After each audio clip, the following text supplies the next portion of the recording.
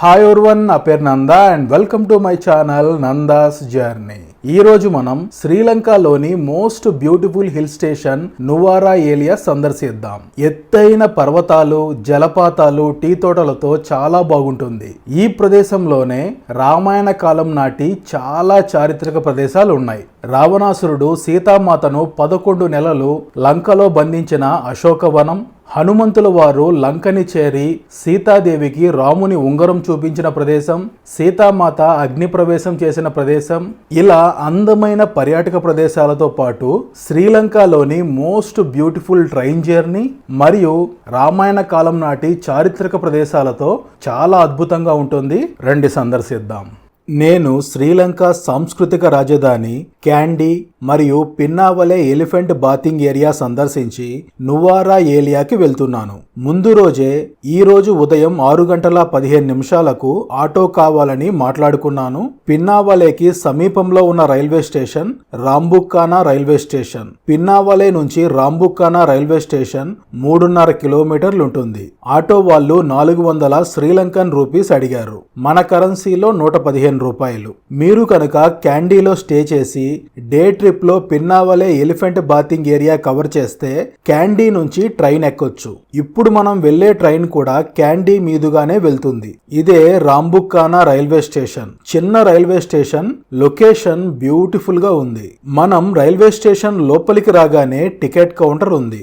నువారా ఏలియాలో railway station లేదు. మనం నానుఓయా railway station లో దిగాలి. గుర్తుంచుకోండి, second class ticket 500 Sri Lankan rupees. మన కరెన్సీలో 145 రూపాయలు. బట్ టికెట్ పైన 190 రూపాయలనుంది. అది లోకల్ పీపుల్ కి, ఫారినర్స్ కి 500 అంటున్నారు. మరి అది నిజమా స్కామా అనేది తెలియదు. ఈ రైల్వే స్టేషన్ ఉన్న లొకేషన్ ఎంత బ్యూటిఫుల్ గా ఉందో చూడండి.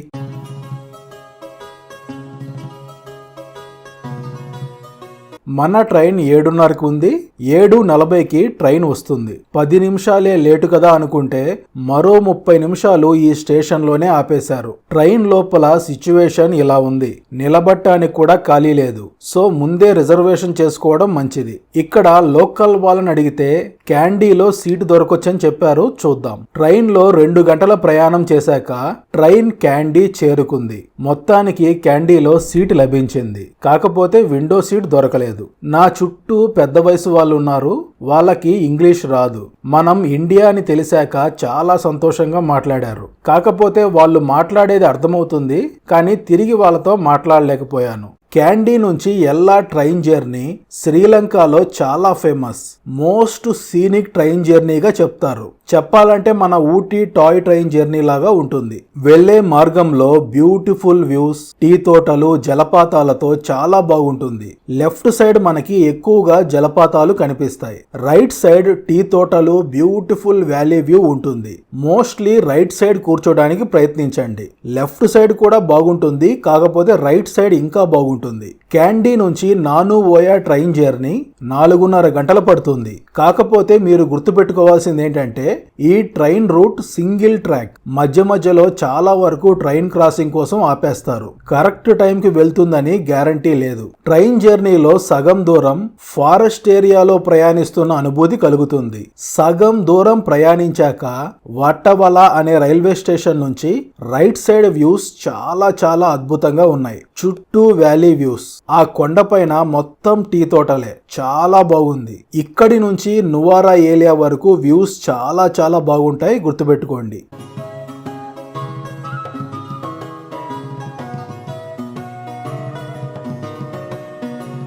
ట్రైన్ చాలా ప్రదేశాల్లో గంటలు గంటలు ఆపేశారు. ఈ రోజు 3.5 గంటలు లేట్ అయింది.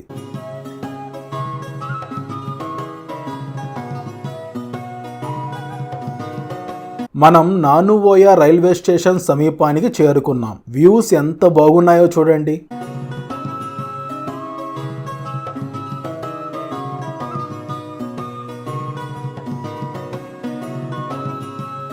మధ్యాహ్నం 12:30కి చేరుకోవాల్సిన ట్రైన్ 3:45 చేరుకుంది. ఈ రైల్వే స్టేషన్ ఉన్న లొకేషన్ చూడండి. చుట్టూ టీ తోటలతో ఎంత బాగుందో. రైల్వే స్టేషన్ నుంచి బయటకు వచ్చేలోగా సాయంత్రం 4 గంటలైంది. ఇక్కడ సాయంత్రం 5:30కే చీకటి పడిపోతుంది. బయట ఆటో స్టాండ్ లో ఆటో తీసుకున్నాను. నానువోయా రైల్వే స్టేషన్ నుంచి నువారా ఏలియా 7 నుంచి 8 కిలోమీటర్లు ఉంటుంది.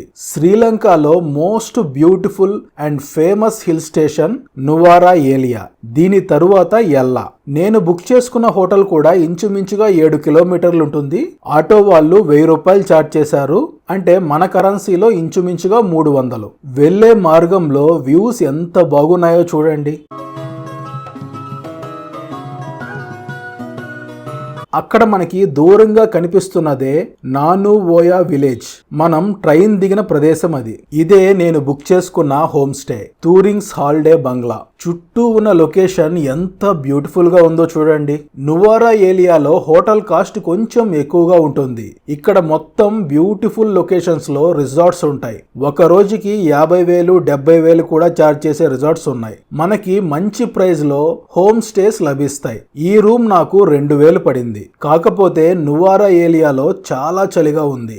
మన హోమ్ స్టే ఎదురుగా టీ తోటలు ఉన్నాయి. రండి ఆ టీ తోటలు దాని చుట్టూ ఉన్న ప్రదేశం ఎలా ఉంటుందో చూపిస్తాను. నేను ఇక్కడ స్మాల్ ఏరియాలో టీ తోటలు ఉన్నాయి అనుకున్నాను. కాకపోతే ఈ చుట్టూ కొండలు మొత్తం టీ తోటలే.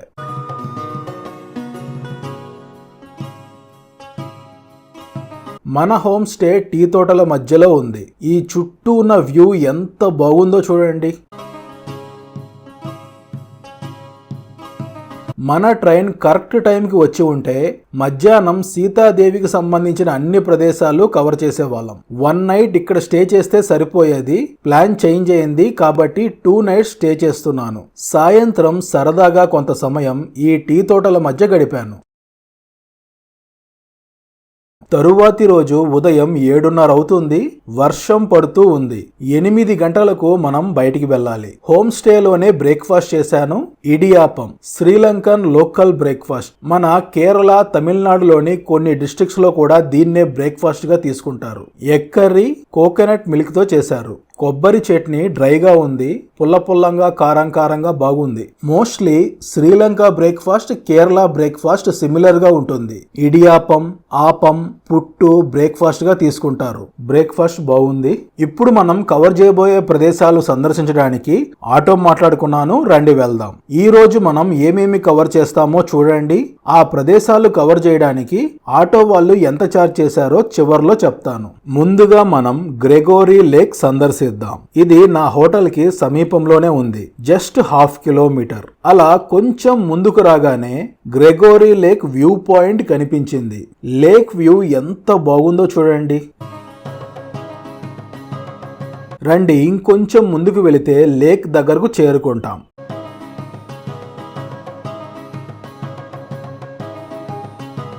ఇక్కడ టికెట్ కౌంటర్లో టికెట్ తీసుకోవాలి. లోకల్ పీపుల్ కి ఫ్రీ, ఫారినర్స్ కి టికెట్ 600, అంటే మన కరెన్సీలో 175 రూపాయలు. ఇక్కడ బోట్ రెస్టారెంట్ ఉంది, కాకపోతే క్లోజ్ లో ఉంది. టికెట్ తీసుకొని ఇక్కడ నుంచి మనం నేరుగా ఇలా నడుచుకుంటూ లేక్ వ్యూస్ ఎంజాయ్ చేస్తూ అవతలి వైపుకు వెళ్ళొచ్చు. మొత్తం ఈ డిస్టెన్స్ ఇంచుమించుగా 1 కిలోమీటర్ ఉంటుంది. కాకపోతే మనం మధ్య మధ్యలో ఆగుతూ అలా మెల్లిగా వెళ్ళొచ్చు. అలా ముందుకు రాగానే లేక్ వ్యూ ఎంత బాగుందో చూడండి. ఆ చుట్టూ ఉన్న సరౌండింగ్స్ మన ఊటీలాగా ఉంది.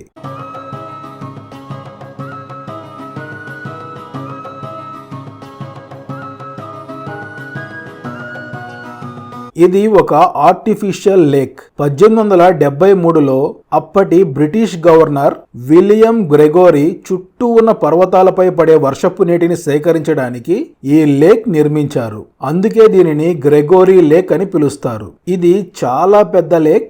నువారా ఏలియాలో మోస్ట్ బ్యూటిఫుల్ లొకేషన్.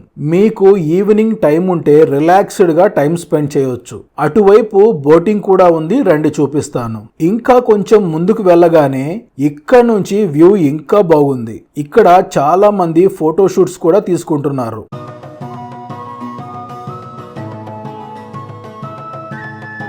ఇటువైపు రాగానే వ్యూ ఎంత బాగుందో చూడండి. ఇక్కడ speed boating, pedal boating available గా ఉంది. ఇంట్రెస్ట్ ఉన్న వాళ్ళు ట్రై చేయండి. లొకేషన్ చాలా బాగుంది. రిలాక్స్డ్ గా టైం స్పెండ్ చేయొచ్చు. ఇక్కడి నుంచి మనం ఇలా బయటికి వెళ్ళిపోవచ్చు. ఆటో డ్రైవర్ నన్ను ఇక్కడే పికప్ చేసుకుంటా అని చెప్పాడు. ఇప్పుడు మనం బయటికి వెళ్ళి ఆటోలో గాయత్రి గురుపీఠం సందర్శిద్దాం. గ్రెగోరీ లేక్ నుంచి గాయత్రి గురుపీఠం 4 కిలోమీటర్లు ఉంటుంది. నువారా ఏలియా చాలా బాగుంది. ఎటు చూసినా చాలా సీనిక్ గా ఉంది. అలా సగం దూరం వచ్చాక ఇక్కడ నుంచి మనం కొండపైకి వెళ్ళాలి. ఇదే గాయత్రి గురుపీఠం. ఇటు ఎడమవైపు ఉన్నది గురుపీఠం, ఇటు కుడివైపు ఉన్నది శివాలయం. ఈ ప్రదేశంలో రావణాసురుడి కుమారుడు మేఘనాథుడు, ఇతన్నే ఇంద్రజిత్ అని కూడా పిలుస్తారు. తాను ఈ ప్రదేశంలో మహాశివుని కోసం ఘోర తపస్సు చేసి నికుంభల యజ్ఞం చేశాడట. ఈ ప్రదేశంలో త్రిమూర్తులు ప్రత్యక్షమై తనకు వరాలను ఇచ్చారని చెబుతారు. ఇలా ఎడమవైపు వెళితే గురుపీఠం ఉంటుంది. రండి ముందు గురుపీఠం దగ్గరకు వెళ్దాం. ఇలా లోపలికి రాగానే మురుగేశ స్వామిగల్ జీవ సమాధి ఉంటుంది. ఈయనే ఈ పీఠాన్ని స్థాపించారు. ఈ స్థలం ప్రాశస్త్యం వల్ల ఈయన ఈ ప్రదేశంలో తపస్సు చేసి ఇక్కడ జీవ సమాధి చెందారు. ఈయన ఆయన శిష్యుడు కన్నయ్య స్వామిగల్. ఆయన ఈ 108 శివలింగాలతో పూజలు యజ్ఞాలు చేశారు.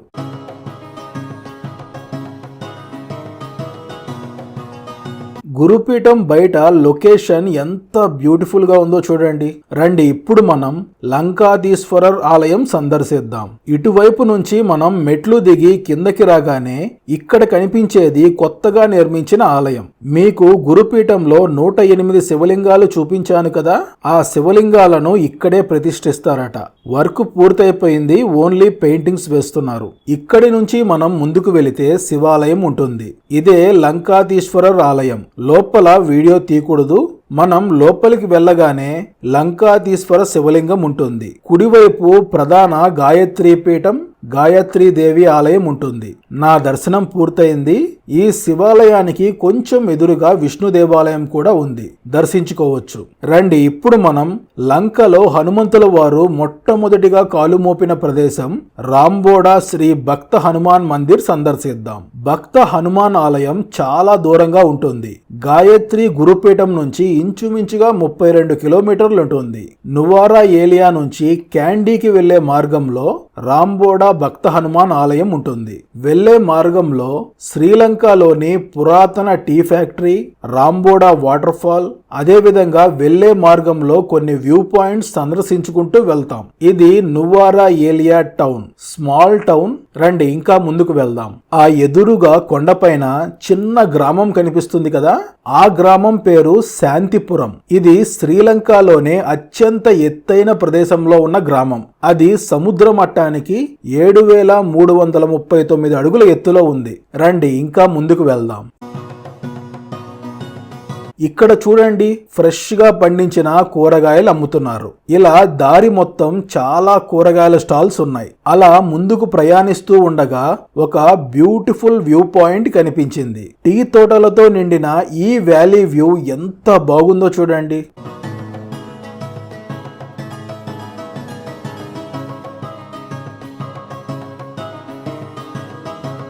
రండి ఇంకొంచెం ముందుకు వెళితే డాంబ్రో టీ ఫ్యాక్టరీ ఉంటుంది. అక్కడ మీకు కింద కనిపిస్తున్నదే డాంబ్రో టీ ఫ్యాక్టరీ.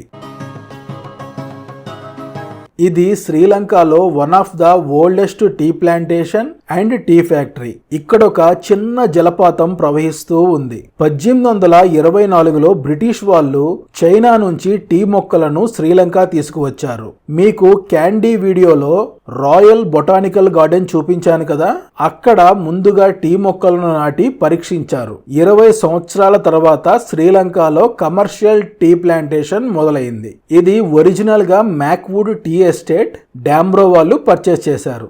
లోపల మనం టీ ఫ్యాక్టరీ విజిట్ కి వెళ్ళొచ్చు, ఫ్రీ. టీ తోటలో ఆకుల్ని తెంచుకొని వచ్చినప్పటి నుంచి టీ పొడి తయారీ అయ్యేంత వరకు ప్రాసెస్ ఎలా ఉంటుందో చూడొచ్చు. ఆల్రెడీ మీకు ఊటీ వీడియోలో చూపించాను. రండి ఇక్కడ కూడా అలా పైన చూపిస్తాను. ముందుగా తీసుకువచ్చిన టీ ఆకుల్ని ఇక్కడ డ్రై చేస్తారు. ఆ తరువాత దూరంగా ఉన్న మెషిన్ లో ఆకుల్లో ఉన్న తేమను తీసేస్తారు. తరువాత క్వాలిటీని బట్టి డిఫరెంట్ సైజెస్ లో కట్ చేస్తారు. వాళ్ళు కట్ చేసే సైజును బట్టి టేస్ట్ కూడా చేంజ్ అవుతుంది. తరువాత ఇక్కడ డ్రై చేసి ఈ ప్రదేశంలో ప్యాక్ చేస్తారు. ఇది రా టీ పౌడర్. ఆ తరువాత డిఫరెంట్ బ్రాండ్స్ వాళ్ళ యొక్క ఫ్లేవర్ తో మిక్సింగ్ చేసి టీ పౌడర్ బయటికి అమ్ముతారు. ఇక్కడ మీరు గమనించవచ్చు, రకరకాల టీ ఉంది. Green tea, black tea, some mixing, చాలా రకాలు ఉన్నాయి. కావాలంటే ఇక్కడ స్టోర్ లో పర్చేస్ చేసుకోవచ్చు. కాంప్లిమెంటరీగా గ్రీన్ టీ ఇచ్చారు, బాగుంది. టీ ఫ్యాక్టరీ చుట్టూ టీ తోటలతో లొకేషన్ చాలా బ్యూటిఫుల్ గా ఉంది. ఫోటో సెల్ఫీ తీసుకునే వాళ్ళు ఇక్కడ తీసుకోవచ్చు. రండి ఇప్పుడు మనం రాంబోడా జలపాతం సందర్శిద్దాం. అలా ముందుకు రాగానే వ్యాలీ వ్యూ ఎంత బాగుందో చూడండి. రండి ఇంకొంచెం ముందుకు వెళితే రాంబోడా జలపాతం ఉంటుంది. ఆ ఎదురుగా రోడ్డు మీద కనిపిస్తున్నదే రాంబోడా జలపాతం.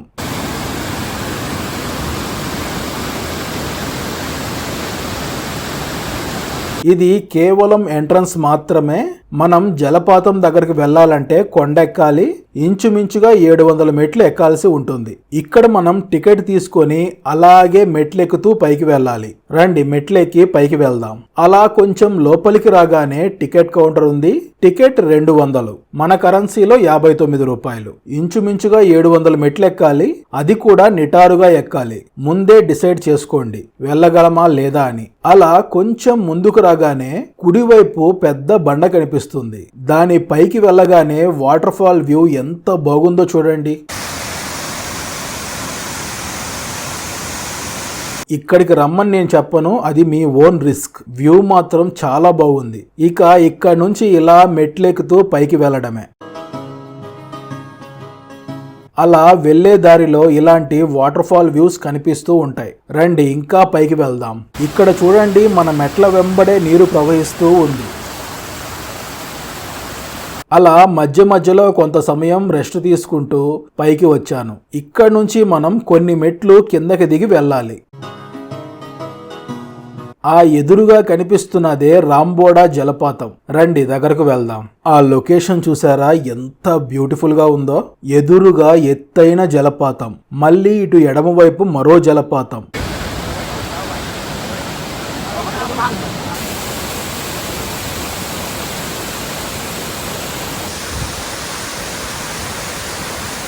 ఇన్ని మెట్లెక్కి పైకి రావడం వర్తా అంటే 100% వర్త్.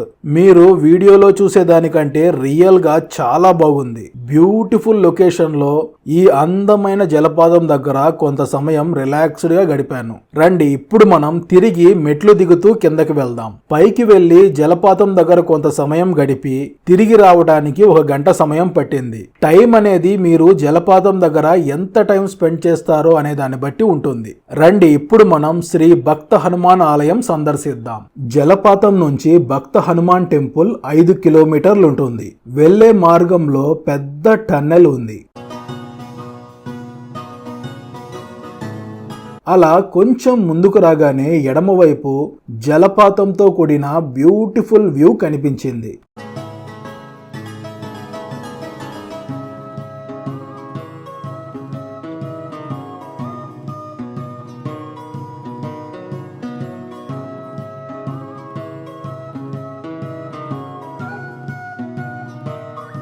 ఇంకా కొంత దూరం ముందుకు రాగానే మెయిన్ రోడ్డుకి కుడివైపు కొండపైకి వెళ్ళడానికి మార్గం ఉంది.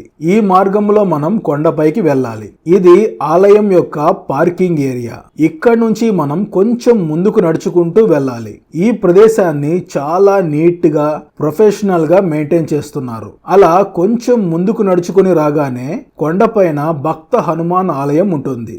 ఒక 40 నుంచి 45 మెట్లు పైకి ఎక్కాల్సి ఉంటుంది. ఆ మెట్ల మార్గానికి ఎదురుగా వ్యూ ఎంత బాగుందో చూడండి. అది కోత్మలే డ్యామ్ వ్యూ. రండి పైకి వెళ్దాం. ఈ స్థల ప్రాశస్త్యం ఏంటంటే, సీతాదేవి జాడ కనుక్కోవడానికి సుగ్రీవుడు 4 దిక్కులా 4 సైన్యాలను పంపించాడు. అందులో దక్షిణ దిశకు వెళ్లే సైన్యానికి యువరాజు అంగదుడు అధిపతి. అతనికి సహాయంగా హనుమంతుడు, జాంబవంతుడు, నలుడు, నీలుడు మొదలైన వారు ఉన్నారు. బయలుదేరే ముందు రాముడు ఆంజనేయ స్వామిని దగ్గరకు పిలిచి, హనుమ, మీరు సీత జాడ కనుక్కోగలరని నాకు నమ్మకం ఉంది. ముఖ్యంగా నీ మీదే నేను ఆశలు పెట్టుకున్నాను. సీతను చూడగానే నా గుర్తుగా ఈ ఉంగరాన్ని చూపించు అని తన ఉంగరాన్ని హనుమకు ఇచ్చారు. పర్వతాలు, వనాలు ఒక్క అంగుళం నేల కూడా విడవకుండా వెతుకుతూ చివరిగా సముద్ర తీరం చేరారు. సీతాదేవి జాడ కనిపించకపోవడంతో అందరూ నిరాశ చెంది నిస్పృహలో కూరుకుపోయారు. యువరాజు అంగదుడు వట్టి చేతులతో తిరిగి వెళ్లడం కంటే ఈ సముద్రంలో దూకి చావడం మేలు అనుకున్న సమయంలో దూరంగా సంపాతి అనే గ్రద్ద వీరిని ఆహారం చేసుకోవడం కోసం గమనిస్తూ ఉంది. వాళ్ళ మాటల సందర్భంలో జటాయు ప్రస్తావన రావడంతో సంపాతి వానరులను వివరములను అడిగింది. వానరులు వారికి తెలిసిన రామకథనంతా సంపాతికి వివరించారు. జటాయు సోదరుడే ఈ సంపాతి. రావణుడిని ఎదిరించి తన చేతిలో జటాయు మరణించడం, రాముడి చేతిలో అంత్యక్రియలు గావించబడడం తెలుసుకొని చాలా దుఃఖించింది. నా దృష్టి చాలా తీక్షణమైనది. సముద్రానికి ఆవల ఉన్న లంకను నేను చూడగలుగుతున్నాను అని చెప్పడంతో వానరులకు ఆశలు చిగురించాయి. ఇక సముద్రం దాటి లంకను చేరడం ఎలా అనేది వారి సమస్య. అంగదుడు ఒక్కొక్క వానరుణ్ణి తమ శక్తిని వివరించమన్నాడు. ఎవరికి సముద్రాన్ని లంఘించి లంకను చేరుకునే సామర్థ్యం లేదని నిశ్చయించుకున్నాడు. ఇదంతా జరుగుతున్న హనుమ మౌనంగా కూర్చున్నాడు. వృద్ధుడైన జాంబవంతుడు హనుమంతుని దగ్గరకు చేరి, హనుమ, ఎందుకు మౌనంగా ఉన్నావు? నీ శక్తి నీకు తెలియకపోయినా నాకు తెలుసు. ఈ సముద్రాన్ని దాటి లంకను చేరి సీత జాడ తెలుసుకోగల సమర్థుడివి, రామ కార్య సాధకుడివి నీవే లే అంటూ ప్రోత్సహించాడు. హనుమకు ఉత్సాహం వచ్చింది. ఒక్కసారిగా తన శరీరాన్ని పెంచాడు.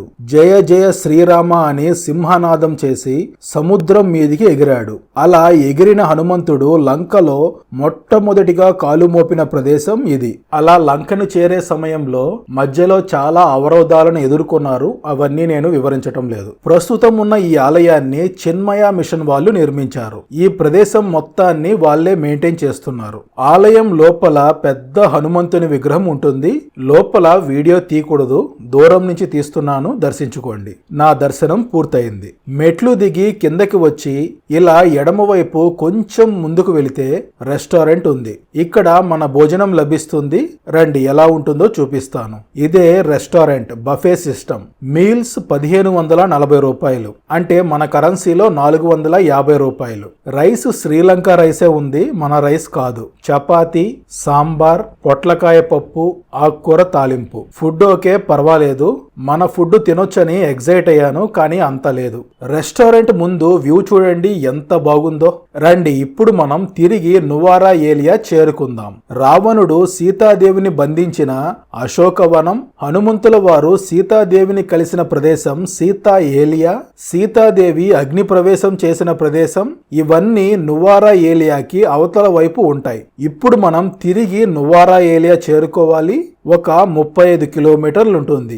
అక్కడి నుంచి మరో మార్గంలో ఈ ప్రదేశాలన్నీ సందర్శించాలి. నేను తిరిగి హోమ్ స్టే చేరుకునే సమయానికి సాయంత్రం 4 గంటలైంది. ఇక్కడ త్వరగా చీకటి పడిపోతుంది. మిగతా ప్రదేశాలు సాయంత్రం 6 గంటల కల్లా క్లోజ్ చేస్తారు. కాబట్టి సమయం సరిపోదు. మిగతా ప్రదేశాలు రేపు సందర్శిద్దాం. తరువాతి రోజు ఉదయం బ్రేక్ఫాస్ట్ చేసుకొని రూమ్ చెక్అవుట్ చేసి సీతాదేవి ప్రదేశాలు కవర్ చేయడానికి వెళ్తున్నాను. నిన్న సాయంత్రం 6 గంటల నుంచి కంటిన్యూస్ గా వర్షం పడుతూనే ఉంది. నువారా ఏలియా క్యాండీ మరియు ఎల్లా మధ్యలో ఉంది.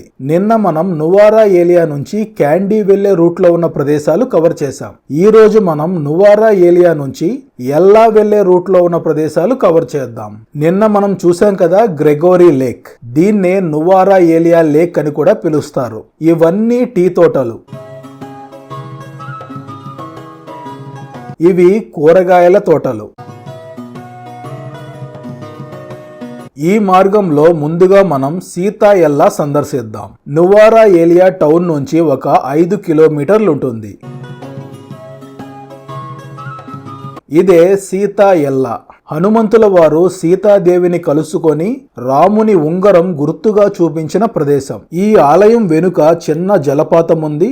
ఆ జలపాతం సమీపంలో ఆంజనేయ స్వామి పాదం ఉంటుంది. హనుమ లంకని చేరాక ఒక చిన్న పర్వతంపై నిలిచి లంకా పట్టణాన్ని నిశితంగా పరిశీలించి దుర్భేద్యమైన రక్షణ వ్యవస్థతో ఉన్న లంకా నగరాన్ని సాధారణ రూపంలో పగటిపూట ప్రవేశించడం అసాధ్యమని భావించి చీకటి పడిన తర్వాత తాను చిన్న వానరంగా తన పరిమాణాన్ని తగ్గించుకొని నగరంలోకి ప్రవేశించి ప్రతి చోట జాగ్రత్తగా వెతకసాగాడు. కానీ ఎక్కడా సీతామాత జాడ కనిపించలేదు. చివరిగా రావణుని అంతఃపురంలోకి ప్రవేశించాడు. అక్కడ మండోదరిని చూసి సీత అని సంతోషించి కొంతసేపటికి తేరుకొని రావణుని భార్య మండోదరి అని తెలుసుకున్నాడు. ఆ తరువాత లంక మొత్తాన్ని వెతకగా సీత జాడ కనిపించలేదు. ఏమి చేయాలో తోచలేదు. ఊరకే వెనకకు మరలి అందరినీ నిరాశపరచడానికి సిద్ధపడలేక ఆత్మహత్యకు కూడా ఉపక్రమించబోతుండగా అశోకవనం కనిపిస్తుంది. అశోకవనంలో సీతను వెతకడానికి బయలుదేరాడు. అక్కడ వృక్షము కింద రాక్షస కాంతలచే పీడించబడుతూ సింహముల మధ్యనున్న లేడి వలె కృషించిన సీతను చూచాడు. ఈమె సీత అని నిర్ధారించుకొని సమయం కోసం వేచి చూసి ఈ ప్రదేశంలో హనుమంతుల వారు సీతామాతను కలుసుకొని రాముని గుర్తుగా ఉంగరాన్ని చూపించాడు. సీతామాత హనుమంతుణ్ణి ఆశీర్వదించి తన చూడామణిని ఆనవాలుగా ఇచ్చింది. రండి మీకు ఒక ఆర్డర్లో ఈ ఆలయాన్ని చూపిస్తాను. మనం ఇలా లోపలికి ప్రవేశించగానే కుడివైపు వెళ్ళాలి. ఇక్కడ చెప్పుల స్టాండ్ ఉంటుంది, యూజ్ చేసుకోండి. ఇక్కడ నుంచి మనం ఎడమ వైపు నేరుగా వెళితే చిన్న జలపాతం ఉంటుంది. ఆ జలపాతం ఒడ్డున ఆంజనేయ స్వామి పాదాల గుర్తులు ఉన్నాయి. ప్రస్తుతం కంటిన్యూస్ గా వర్షం పడడం వల్ల వాటర్ ఫ్లో ఎక్కువగా ఉంది. ఆ ఎదురుగా కనిపిస్తున్నదే ఆంజనేయ స్వామి పాదం. ఇక్కడ మెయిన్ గా మనం దర్శించవలసింది ఈ ప్రదేశాన్ని. దీనికి గుర్తుగా ఆలయాన్ని నిర్మించారు. తరువాత మనం సీతారాముల ఆలయాన్ని దర్శించుకుందాం. రండి పాదాల దగ్గరకు వెళ్దాం.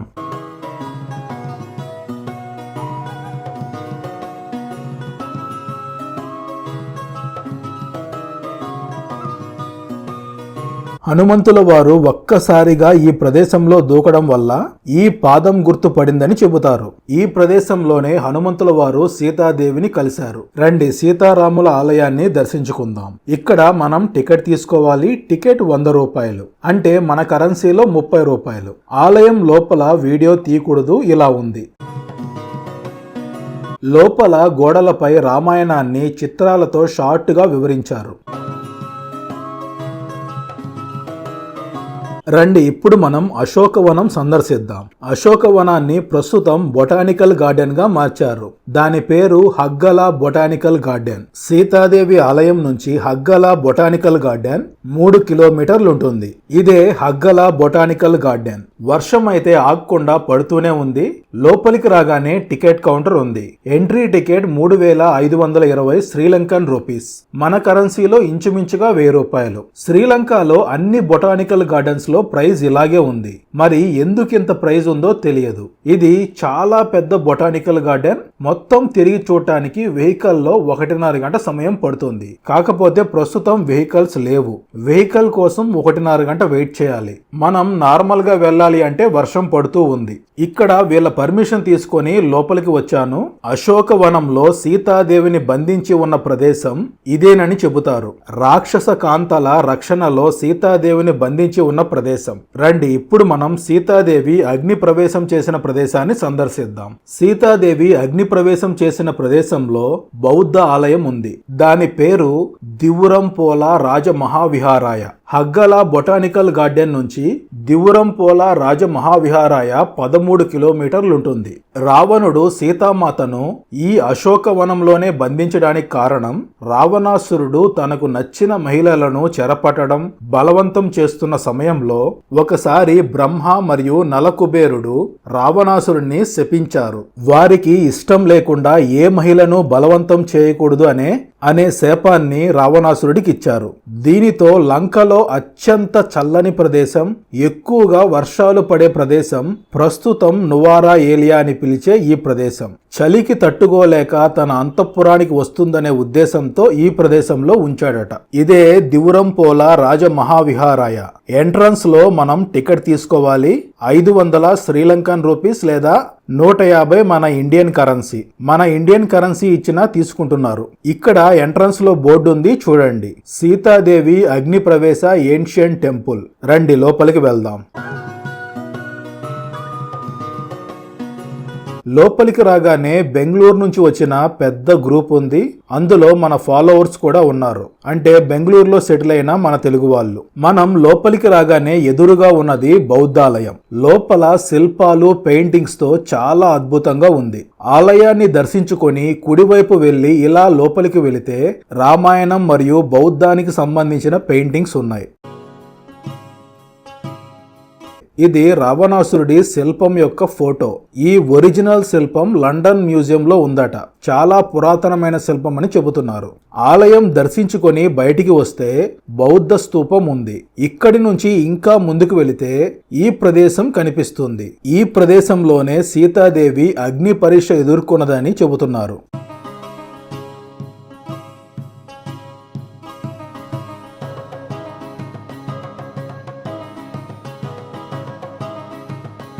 దీని వెనుక సీతాదేవి ఆలయం ఉంది, దర్శించుకోండి. ఇంతటితో మన నువారా ఏలియా సందర్శన పూర్తయింది. తరువాత మనం లంకలో ఏ ప్రదేశం సందర్శిస్తామో నెక్స్ట్ వీడియోలో చూడండి. ఈ ప్రదేశాలన్నీ సందర్శించడానికి ఆటో వాళ్ళు ఎంత ఛార్జ్ చేశారనేది వీడియో చివర్లో చెప్తాను కదా. డే 1 మనం కవర్ చేసిన ప్రదేశాలకు 10,000, ఈ రోజు కవర్ చేసిన ప్రదేశాలకు 7,000, మొత్తం 17,000 శ్రీలంకన్ రూపీస్. అంటే మన కరెన్సీలో ఇంచుమించుగా 5,000. శ్రీలంక వీడియోస్ అన్ని శ్రీలంక ప్లేలిస్ట్లో ఇస్తాను, చెక్ చేయండి. ఈ వీడియోకి సంబంధించి మీకు ఏమైనా డౌట్స్ ఉంటే కామెంట్ సెక్షన్లో కామెంట్ చేయండి, రిప్లై ఇస్తాను. ఈ వీడియో మీకు నచ్చితే లైక్ చేయండి, షేర్ చేయండి అండ్ సబ్స్క్రైబ్ చేసుకోండి. బెల్ ఐకాన్ ప్రెస్ చేయడం మర్చిపోవద్దు.